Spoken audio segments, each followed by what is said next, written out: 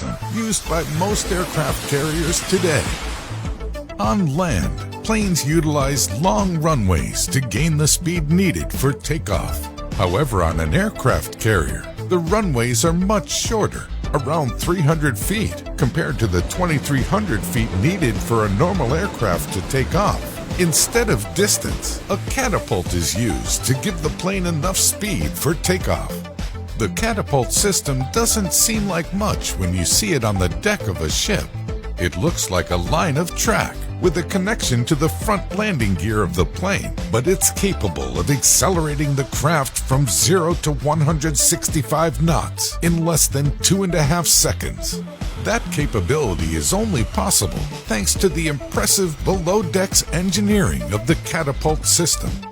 Before an aircraft is launched, high-pressure steam is collected in large accumulator tanks.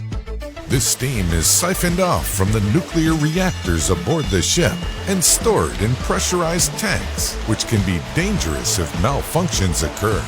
Once the desired pressure of the accumulator tanks is reached, the valves are shut off and the catapult is ready to fire. But how exactly does a tank of steam cause a plane to accelerate at breakneck speeds?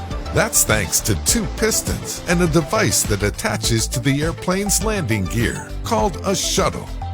Each catapult consists of 2 pistons that sit inside 2 long cylinders under the deck. The pistons each have a metal lug that protrudes through a gap in the flight deck where they attach to a small shuttle. This is the part of the catapult that will pull the aircraft across the deck at launch. The pistons will act like bullets when the steam is released. The plane is moved into place on the deck of the aircraft carrier, and a tow bar on the plane's nose gear is connected to the shuttle. Another bar, called the holdback, is positioned between the back of the wheel and the shuttle. At the same time, the jet blast deflector is raised behind the plane.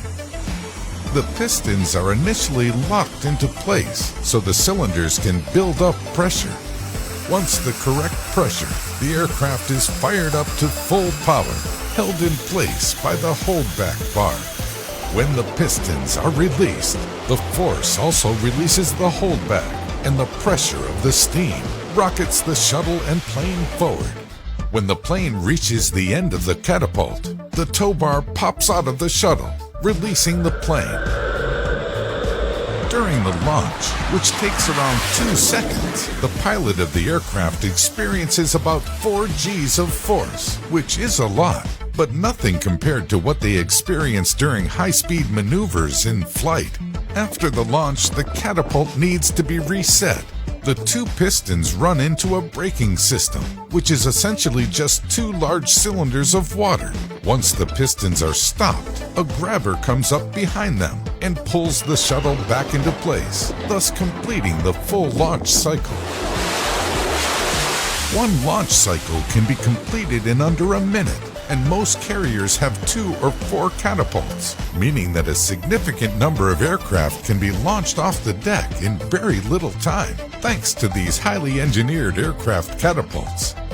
The United States is currently investigating an alternative catapult launching system called the Electromagnetic Aircraft Launch System, but it has been a source of some controversy. While the new electromagnetic system will help decrease wear on certain parts and allow for larger aircraft to be launched from carriers, it's estimated that it has a far greater probability of catastrophic failure than its battle-tested steam counterpart. If this system were to be implemented on a future carrier, it would work in a similar fashion. Rather than utilizing steam pressure and pistons to move the aircraft along, linear induction motors would be used. Coupled with electromagnets, this system would push the sled along through strong magnetism, resulting in less stress on the aircraft and less expenditure of energy.